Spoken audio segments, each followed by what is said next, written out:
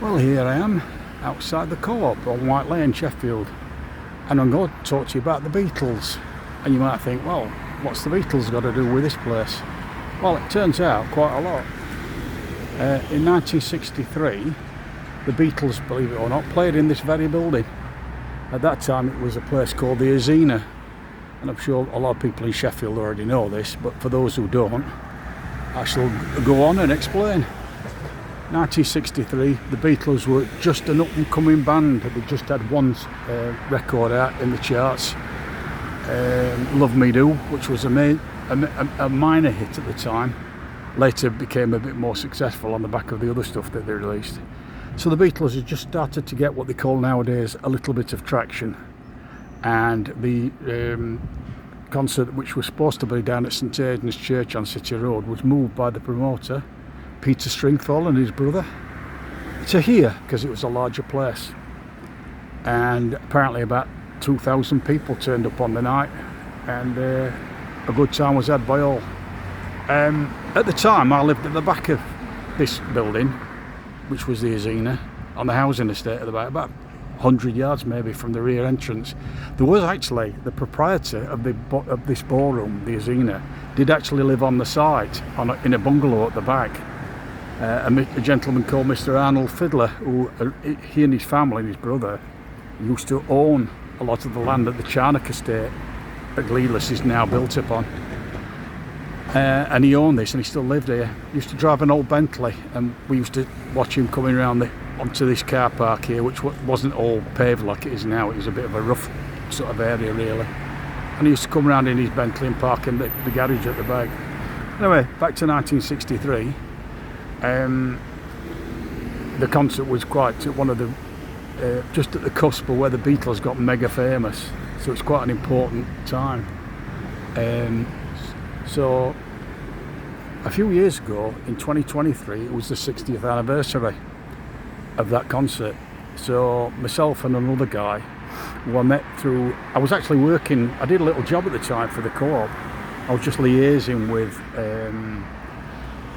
local community groups to get funding and stuff like that, just in this area around here, local area. And I did it because I'd already retired from I own a telecoms company which I'd retired from, and I decided just to take a little part-time job anyway, just to give me something to do. And it fitted in well with, I've done a lot of voluntary work and stuff as well in the area, so it fitted in quite well with what I was doing previous as well. So anyway, in 2023, I was chatting one day with one of the guys who did the Poppy Appeal, and he was a big Beatles fan, and he was telling me that the anniversary was coming up, and that he was he'd be interested in getting an anniversary celebration done. So that's exactly what I did. Me and this other guy, he got me some contacts of his that were Beatles aficionados, and we arranged to have a little do here. And in the preamble to that, I managed to get some publicity with the Sheffield Star, local newspaper, because I knew some people on there, and I used to quite often I'd put them little stories about the community and stuff for them, and they always very kindly, they always printed everything I sent to them, which was very nice of them. Anyway, we put this little piece in the Star, and they put my contact details in, and I was contacted by a lady who told me a remarkable story, and I think it's remarkable, a very interesting story at any rate. Apparently when the Beatles turned up here, they travelled from somewhere, a previous gig that they'd done somewhere that night, and they'd been on the road most of the day in a car and whatever, and John Lennon said to one of the ladies here, asked her if there's anywhere where they could have a shower. Now this was a ballroom, so they didn't have dressing rooms because they didn't usually have concerts here or anything like that. So there were no facilities here to have a shower or a bath or anything like that. But what she did say was that this lady who works at the Azena said that Sheila Corner lived just round the corner, and if he wanted to, he could accompany her to her house, which was just up this direction, and offered John Lennon the use of her bathroom to have a bath and shower or whatever he wanted to do. So what he did, he walked from the Azena here, and he and this lady walked to her house, which was along here, on a road called Charcoal Road, which is just up here. Now, give you some context, all these are new buildings, as you can see. A lot of development went on here in the intervening times. At the time, this was more or less just a wide open space, and I can remember this because obviously I live around here and stuff. So it was an open space and a bit, and the only thing that was around here was really a little library, which was sort of like a, it wasn't much of a building actually, it was like a big wooden hut if you like. And here's the houses on the back. Now these houses in the foreground weren't here at the time. These houses further on, they were just being built at that time. Like I said, 1963, I think they were just being built about that time. Anyway, this lady and John Lennon walked along here. Now, the interesting thing about this was that the Beatles, in about 6 weeks' time, after the gig at White Lane in Sheffield, at the Azena, about 6 weeks after that, they released their first big hit, which was Please Please Me. And within no time after that, they literally couldn't go out anymore. They were completely, had security around them, they were getting mobbed everywhere, hysterical screaming girls and all that sort of stuff. And this would be one of the last times that John Lennon could actually walk in public, just along this road here, with this lady to her house to have a bath. And it was probably one of the last times he could ever do that.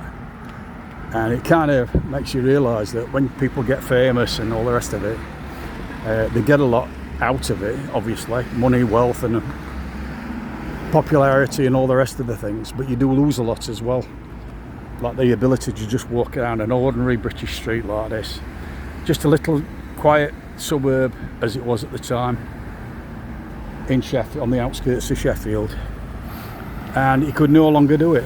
He had to have security with him and protection and stuff, and not only that, but his whole life was then regimented. People were making appointments for him and touring the world and all the rest of it, and just little things like walking around the corner here to go to somebody's house on here to have a bath, he was not able to do it anymore. Now, I don't exactly know which house it was, but the lady who gave me this story said she lived next door to the lady who had taken John Lennon around the corner, who used to work at the Azena. And she said it was literally just round the corner. So I assume it's one of these houses here, just an ordinary British street, where a man who was just about to be one of the most famous people in the world, just before he became famous, walked round here just to have a bath. An ordinary, everyday sort of occurrence, if you like. The last time that he was, if you like, used the word normal. Just an average guy trying to make it in the music industry at the time. And then literally within 6 weeks, he couldn't do this anymore. So that's the story. That is the story. Azena and John Lennon using a bathroom on this street here to have a shower just before the gig. And it was interesting actually when I did the anniversary celebration. It was surprising how many people turned up who actually went to were actually at the gig. A lot of people, obviously they're all elderly now, and there was these aficionados that came, these fans, super fans that came along that knew like loads of stuff that I'd never heard of. You know, they were really switched on guys and they knew what they were talking about. They brought a load of photographs with them that had never been shown on the internet. They've not published them anywhere or anything like that. And they were showing these photographs, and there was one lady there who was telling me that she tells people that she saw the Beatles at the Azena and nobody believed her. And a lot of people doubted, because a lot of people said they were there, but they weren't really. You know, maybe a friend of theirs were there, they just fluffed up the story a bit. But this particular lady said she was out there with a then boyfriend who later became her husband. Anyway, they were showing this lady these photographs, and she picked herself out in the crowd, and she was crying because she said, you know, nobody's believed me and I've got a photograph. And they gave her a copy of this photograph to take with her so she could take it with her. And this lady must have been, well, she must have been in the mid-70s. I guess. I'm trying to work it out now. Yeah, she would be. If she was 14 in 1963, she'd be, by that time, she'd be in her mid-70s. So, like, it just shows you how things change and stuff like that, you know. Just shows you completely how things go. And so I'm just looking after me dog. Come here. Come here. Yeah, it just shows you how things go. That was just my dog, or the dog I'm looking after. Hang on a minute, I'll just shooking about. Here we are, Socks and Mundo. This is my friend's dog Socks, who comes to stop with me. And we're out filming today. And another dog just walked past, so she was just having saying hello to the other dog. Anyway, this lady was telling me about. She was so glad that she'd found evidence that she was actually there, and she picked herself out and her husband and everything. Anyway, that's a little bit of information about the Beatles and their connection with the Azena at White Lane, Sheffield, now a co-op. And the Beatles actually did go on to make a lot of other appearances. I think they made about at least 5 or 6, I think, appearances at various venues in Sheffield. They did one at the Gaumont Theatre, which was a movie theatre that also doubled as a concert venue at the time. A lot of big names played there, Bob Dylan, people like that. Yeah, believe it or not. Yeah, and then the Beatles played there, and they also played at the City Hall. Oddly enough, my dad was a police officer at that time, or my late father, should I say.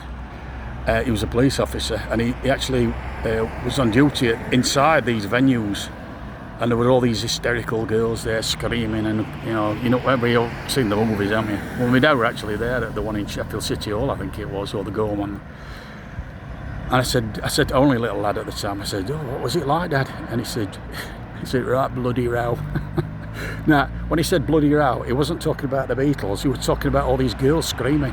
You see, you couldn't even hear them playing because there was that much noise from these girls screaming and becoming hysterical and passing out and fainting and all over. It was like nothing he'd seen before.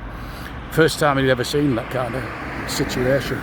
But obviously it became very familiar later on with other groups and the Beatles. Anyway, that's it. Over and out from Sheffield.